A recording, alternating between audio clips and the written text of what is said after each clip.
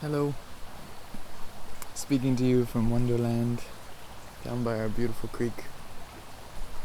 I was inspired these last few days. I could feel the shift in my body, and today is the beginning of a new cycle, like every day.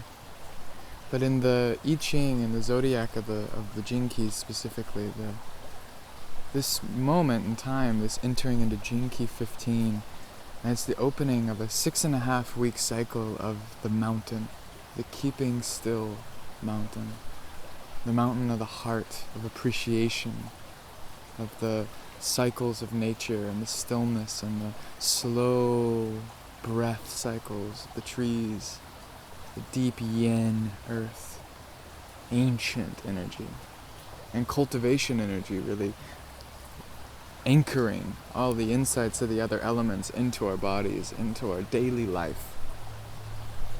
So I needed a bit of a break and came down here by the creek and just sitting here in the fertile dirt and receiving. And that's what Gene Key 15 is this receiving, the earth of receiving spirit, and anchoring that in the appreciation of earth, rooted in the appreciation of every day. So I wanted to share some of my insights that have been coming up on Gene Key 15, which moves from dullness as the shadow, to magnetism as the gift, to fluorescence, the blossoming of our consciousness. It's the acidic state. And I've been exploring the Gene Keys through this drinking the elements, the essence of the elements. So for Gene Key 15, it's earth over mountain, or the mountain hidden beneath the earth. Softly opening our hearts that's been held in the deep womb. I love these secrets to finding the power of the mountain in the deep yin of receptivity, of the absolute feminine, of receiving, the empty cup, the empty vessel. And that's what this Gene Key's essence really is for me, is about appreciating emptiness, embracing emptiness, the fullness, the effulgence, the infinite potential of emptiness and space, spaciousness. Today I asked for some spaciousness in my heart and my body and my life, so I could receive and nourish my body more deeply. Now, dullness has this fear of repetition, of the same old patterns playing out over and over again, which in some ways is true, right? There's this infinite pattern, a cycle of life that's constantly just renewing itself in each moment. But there are fundamental patterns hidden throughout all of time at any time scale. I'm contemplating recently that trees breathe their forest birth and death cycle. A whole forest grows at a unit of life that is equivalent to 7 generations of a human life. Just imagining that, pulling the little insignificant self out of the equation and listening to these longer breath cycles, or these massive cycles of the platonic plates as they shift and these mountains are formed and deep crevices are created under the sea. Or even longer cycles, like the precession of the equinoxes, these 26,000 year cycles, and longer, all the way out. Just feeling into that fractal nature of time. So dullness can really emerge if you have a victim attitude towards the infinite cycles of life. And I can feel that in my body sometimes, of just the purposeless meaninglessness of life. Even as something as simple as cooking, and then you have to clean the dishes and you have to wash your body, and just like, why do we keep getting dirty just to clean ourselves again and again, and what's the point of these cycles? And then my partner, Carrie Ann, she has 15 as her purpose, and she took me outside and we sat by our pond and looked at the tadpoles. And she had been making a daily practice of going outside and watching the tadpoles. And I realized, and she shared this, she said, I love this because I get to watch all the stages of growth. There's something so simple and so pure and so magical to the way that she shared her presence with these tadpoles. It wasn't meant to be some great teaching about life, but it is. All of these little moments are truly great teachings about life. And so I got to witness that moment and really drop into that moment of appreciating life. So the mountain in this Bagua poetry game that I play, the mountain is appreciating life. And the earth, the yin, is receiving life. And it's in the heavenly trigram, so receiving the light of heaven and anchoring that in the appreciation of the everyday of the mountain. So in the shadow, dullness is dislocated from spirit, from source, by my stress about the mundane things, the everyday cycles. When I collapse my breath into thinking about the meaningless of this moment, and it's all caving inward, that dullness is what's we have charge against that sameness of reality. We're afraid of that repetition, or we react against it and keep making these extreme examples of ourselves, even though that's not really, it's just running from this fear. So the gift of magnetism is to orient oneself by restraining our actions, by pausing, by coming into that stillness. We actually orient our being and magnetize exactly the next step for ourselves. I've been really contemplating this idea of sovereignty.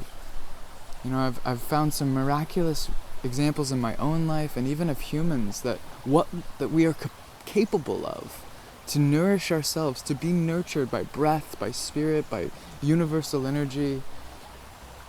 That the victim mind is constantly selfishly putting our power outside of ourselves, and selfishness is constantly trying to reach for that external stimuli, or that person, or that love, or that recognition. I need to do my work so that I can get received, and it reaches outside of oneself in order to find center.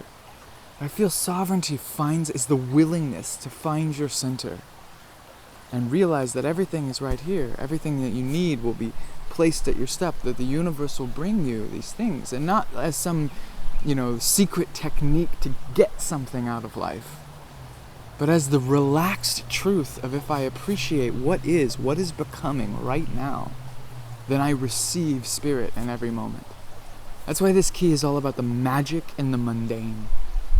Can the slightest, smallest opportunity, every little moment, be an opportunity for magic to unfold, to receive the magic that's inherently in everything?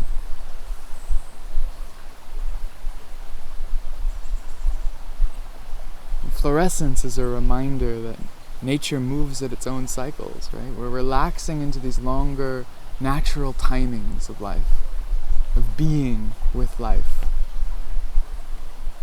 In fluorescence, the blossoming of the flowers happens on its own time. We can't force it, we can't push it. As Richard beautifully writes, it's this wild, organic nature of reality, and it cannot be forced. You can't force a flower to blossom. But we feel that constriction sometimes in our life, where, God, all I want to do is be that blossomed self. So fluorescence is first and foremost is a reminder of rhythms and patience. And then the beauty is that we'll all eventually blossom. All of life eventually shows its true essence in one form or another.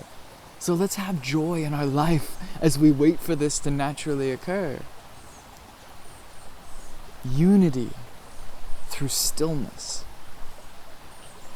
Receiving unity. It's like the blossoming truth by appreciating the stillness, by appreciating the mundane.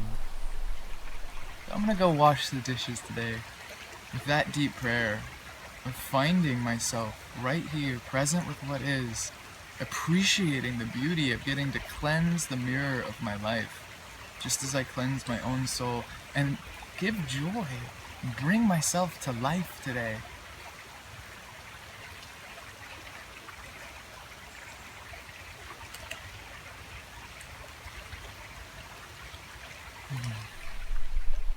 So I invite all of us that are interested in playing with your attitude towards those tiny stressful things. And instead of getting dislocated and getting off center because of something that stresses us out, we can orient ourselves by restraining our reactive responses and actually pausing, even in the slightest moment, even when you have to keep things moving for logistical purposes. Pause. Stillness within dynamic motion and dynamism within the stillness. Because that's how stillness really gets transformed, is our awareness, our attitude, that this feeling that I named uncomfortable is actually a rippling vibrancy of life, constantly recreating itself in these geometric forms, constantly birthing new life, constantly streaming down the river. Nothing will ever repeat itself. This is a new moment. There's nothing dull about it. Even if you've heard this wisdom 1,000 times, remember, in this moment, it is real and it's new. It's living wisdom. So thank you for witnessing this, because it really helps my own soul to just receive this wisdom of appreciation, appreciating life as it is and what it's becoming. Blessings. And if you do want to know more about this cycle, the 6.5-week cycle of the mountain and all the 8 elements in the Bagua, I've created a little video to show how we're going to walk through each of these elements, and eventually in these episodes why the elements are encoded in this particular order through this mythos of the Bagua zodiac, the I Ching. It's a profound way to drink in the essence, the elemental essence of each key, of an archetype for your life. Because it doesn't need to be complicated, but we do need to communicate with life. It's more fun, at least. I don't know about need, but it's definitely a lot more fun to drink in the mystery, the mythos, the mythical reality that these archetypes are at play in some capacity inside the organs of our bodies and planets as they orbit around the sun, in our everyday interactions, in our relationships, and in our work. So the Jing keys and the I Ching and other elements of introspection and realization offer me such portals where they don't just stay as mental tools that I can bypass my reality, but really sit in the energy of each key, the energy of each element. Today I needed the appreciation through stillness. That was the medicine for me. So thank you. Many blessings.